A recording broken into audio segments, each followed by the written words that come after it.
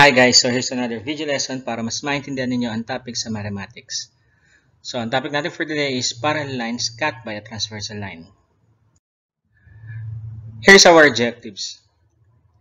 First is to define the following: parallel lines, skew lines, intersecting lines, and transversal lines. Next is to define and identify the angles formed by parallel lines cut by transversal line.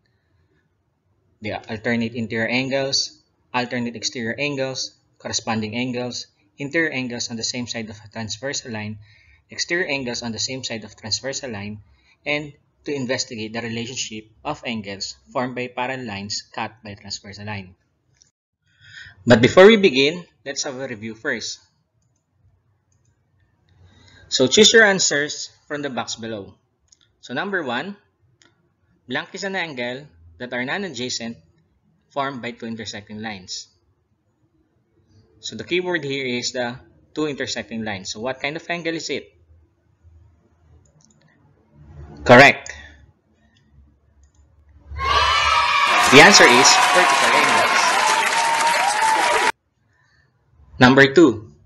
Two lines are blank if they lie in the same plane and do not intersect. So our keyword here is the two lines that do not intersect. So what kind of angle is it? Or what kind of line? Okay, correct. The answer is parallel lines. Next, two angles form a blank if they are adjacent angles and their uncommon sides are opposite rays. What do you think is the answer?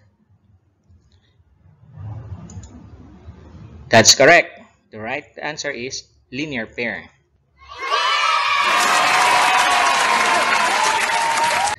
Number 4. Two angles are blank if the sum of their measures is 180. 180. If the sum of their angles is 180, what kind of angles? The correct answer is supplementary angles.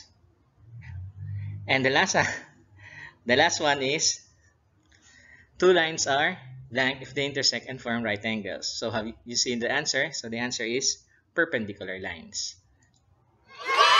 Okay. So now after our review, we can start with our topic. So before with that, let's define some terms. So number 1, intersecting lines. Intersecting lines are two coplanar lines that have a common point which is called the common of intersection. So malimit natin maririnig ang intersecting lines sa geometry. Number 2 is the parallel lines. Parallel lines are coplanar lines that do not intersect. So sila yung mga lines that do not intersect. Hindi nagmi-meet. Their symbol is two bar lines. Yung nakatayong line. Next is skew lines. Skew lines are non-coplanar lines that do not intersect and are not parallel. They do not intersect, they are not parallel, and they are non-coplanar lines. Mamaya ipapakita ko anong mga itsura nila. Next is the transversal line. Transversal line is a line that intersects two or more coplanar lines at different points. These are three ways in which lines can be situated in space. We have here two lines that meet. So nag-intersect sila, so that is called an intersecting line. These are two lines that never meet. Kahit na mag-extend at both ends yung dalawang line, hindi sila mag-meet. Para dire-diretso lang silang hindi magkikita. So these are called parallel lines. And next is we have here two lines. The first line is nandun sa plane ng kulay blue. Extend yung isang line going upward, hindi siya mamimit nung isang line na right naman kasi they are on the different line or different plane. So that is called a skew line. So yan yung itsura ng intersecting lines, parallel lines, and skew lines. Itsura naman ng transversal line. So based on the definition which is among the figures has a transversal line. So we have here 1, 2, 3, and 4 examples of a lines that intersect. Ano kaya dyan ang transversal line? So by definition, a line that intersects two or more coplanar lines at different points. This is the transversal line. So I will give you 5 seconds para mag-isip ano kaya dyan ang transversal line.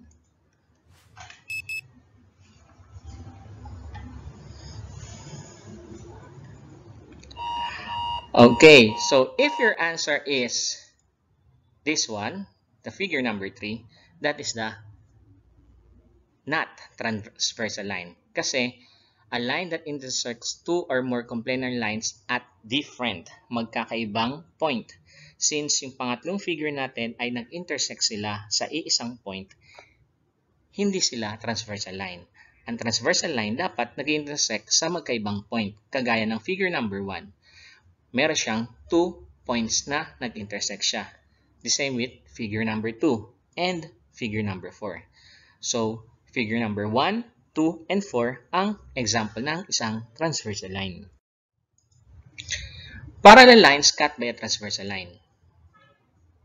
We have here line 1 and line 2. Line T is called the transversal line kasi siya yung nag-intersect sa two lines. So, non-parallel line that intersects a pair of parallel lines is called the transversal line. So, yung nasa labas ay yung tinatawag nating exterior part and yung nasa loob ang tinatawag nating interior part ng transversal line. As you can see in the figure, angles are formed when transversal line cuts the parallel lines. They can be grouped and be given a special name. So, nung kinat ng transversal line, yung dalawang line natin, line 1 and 2, nakabuo tayo dyan ng angles. So, we have here angle 1, angle 2, angle 3, angle 4, angle 5, angle 6, angle 7, and angle 8. Nakagawa tayo ng 8 angles dyan.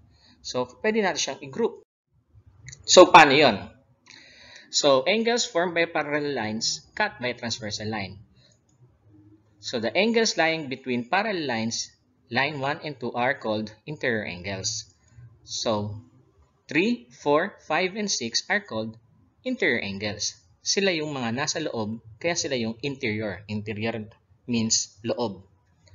Parang yung sa gulong, interior. So, yun yung mga nasa loob na angles, sila yung tinatawag na interior angles. And then, yung remaining 1, 2, 7, and 8 are called exterior angles. Sila naman yung mga nasa labas ng angles na nabuo by our transversal line. Okay, so we have here angles formed by parallel lines cut by a transversal line. We have alternate interior angles. They are two non-adjacent interior angles on opposite sides of the transversal. Ano dito yung tinatawag na alternate interior angles? Pag tinignan natin yung figure natin, second figure, yung maliit na angles cut by parallel lines cut by a transversal line, alternate interior. So, since we have 3, 4, 5, and 6 our interior angles, hahanapin natin dyan kung ano yung alternate interior angles. So, alternate meaning salitan. So, let's start with 3. Ano yung kasalitan niyang interior din? So, that is, interior part natin is yung nasa loob. So, we have 3 and 6. So, aside from 3 and 6, we also have 4 and 5. So, yun ang ating mga interior angles. Alternate interior angles. Next is the alternate exterior angles. So, alternate exterior angles are two non-adjacent exterior angles on opposite sides of the transversal line. Ito yung exterior part. So, tignan natin yung figure sa kabila. So, we have 1, 2, 7, and 8 as our exterior angles. Ano dyan yung alternate exterior? So, mag-start tayo sa number 1, angle 1. So, alternate ng exterior angle 1 is 8. 2 and 7, 1 and 8. Silang dalawa ang ating exterior angles. Next is corresponding angles. Two non-adjacent angles, one interior and one exterior on the same side of the transversal line. Ibig sabihin, isang interior angle kapares ng isang exterior angles na parehas na sa side, kung left side or right side ng transversal line. So we have here 4 and 8. Yung 4 ay ating interior angle, yung 8 naman ang ating exterior angle. Both are on the same side, nasa right side ng transversal line. We also have 1 and 5. Kasi parehas silang nasa left side naman, yung isang 1 is exterior angle and then yung 5 is our interior angles. Next, we have also 2 and 6. Aside from that, meron pa tayong isang 3 and 7. So, yun yung mga ating corresponding angles. Number 4, interior angles on the same side. This time, interior angles naman na parehas ng side. Kanina, alternate. Ngayon, interior angles on the same side. So, ang same side natin ay, ang ating interior angles ay 3, 4, 5, and 6. Ano dyan yung nasa same side? So, we have 3 and 5. Both are on the same side. And next, we have 4 and 6. Parehas silang nasa same side din. And then last is exterior angles on the same side of the transversal line. They are two non-adjacent exterior angles on the same side. So we have 1 and 7. Parehas silang nasa left side. And then we have 2 and 8. Parehas din silang nasa right side. Parehas din silang exterior angles. Okay, so now we have relationships between pair of angles formed by parallel lines cut by transversal line. So, we should remember that if two parallel lines are cut by a transversal line, corresponding angles are congruent. Congruent, again, ginamit na natin yung last video natin. So, ang congruent means that is correct. That is equal. So, yung corresponding angles daw natin ay equal. Alternate interior angles are also equal or congruent. Alternate exterior angles are also congruent. And interior angles on the same side of the transversal are supplementary. Meaning, kapag pinag-plus yung dalawang interior angles natin na nasa parehas na side, ay magkakaroon ng sagot na 180 ang total. Ganun din kapag sinabing exterior angles on the same side of the transversal are supplementary. Pag pinag-plus yung dalawang exterior angle natin, ang sagot dyan is 180. So let's try. Let's say we have angle 1 as 80. So find the measure of the numbered angles. Hanapin natin kung ano yung measure ng angle 2, angle 3, angle 4, angle 5, angle 6, 7, and 8. Kailangan lang natin ng isang angle para masagutan na natin lahat. So, let's start with corresponding angles. So, since angle 1 ang given natin, hanapin natin yung corresponding angle niya kasi equal sila. So, ano ba ang mga corresponding angle ng 1? 1 and 5 are corresponding angles. And then, 2 and 6 are also corresponding angles. 3 and 7 are corresponding angles. 4 and 8 are corresponding angles. So, ibig sabihin, kung anong sukat ni 1, yun din ang 5. Kung anong sukat ni 6, yun ang 2. Kung anong sukat ni angle 3, siya rin ang 7. Kung anong sukat ni 4, siya rin ang angle 8. Buuin na natin. Alternate interiors are congruent. Ano yung alternate interior natin? So, 3 and 6, parehas silang alternate, parehas silang interior. Salitan ng 3 and 6. And also, 4 and 5. They are alternate interior angles. Ano naman ang ating alternate exterior? So, mag-start tayo with 1 and 8. They are congruent. And also, 2 and 7 are congruent. They are alternate exterior angles.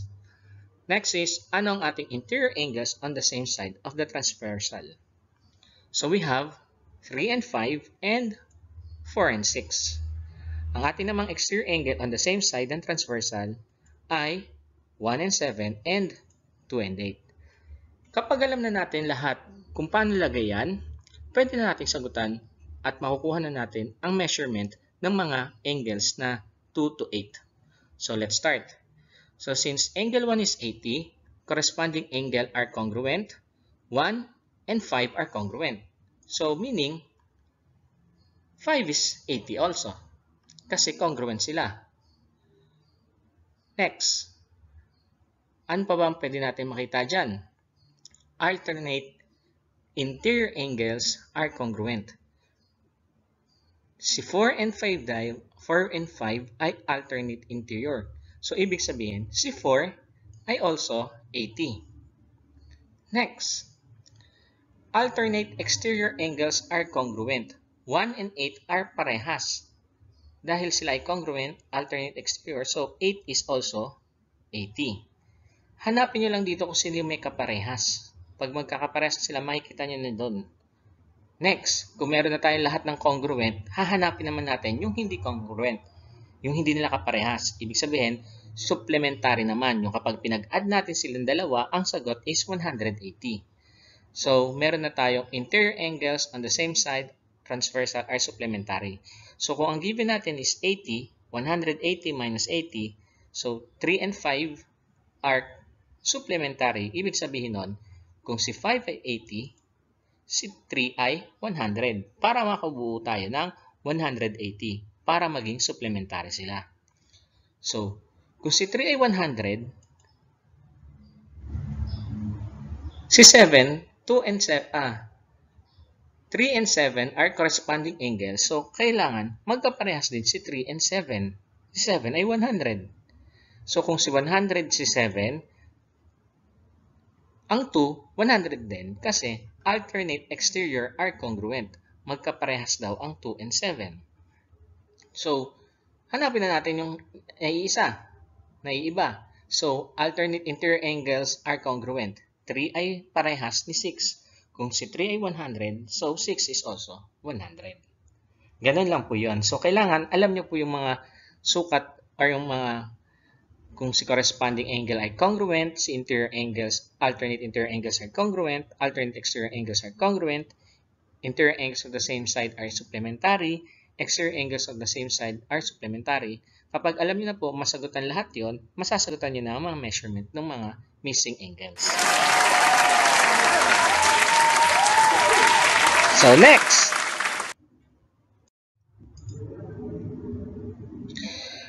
did you know that light travels at a different speed in air and water? Light rays are reflected or bent when they go from one medium to the other. Light rays are bent to the same amount. So if they are parallel in water, they are also parallel in air. Hindi lang po sa math ang merong parallel. So pinag-uusapan din ang parallel sa science. Additional info. So for your activity, use the figure below to determine the angles being asked. So we have here line X, line Y, and line Z. So binaliktad ko lang siya para medyo mahirapan kayo. Para mas madagdagan, madali ang ma-challenge naman kayo. So we have 4 interior angles, 4 exterior angles, 4 corresponding angles, 2 interior angles, 2 exterior angles on the same side, 2 alternate interior angles, and 2 alternate exterior angles. So, pwede nyo siyang sagutan. Sasagutan nyo siya, and then send me your answer para ma-check natin, and I will tell you kung perfect kayo. So, kapag nahirapan, just tell me, magbibigay pa tayo ulit ng additional video lesson. Thank you!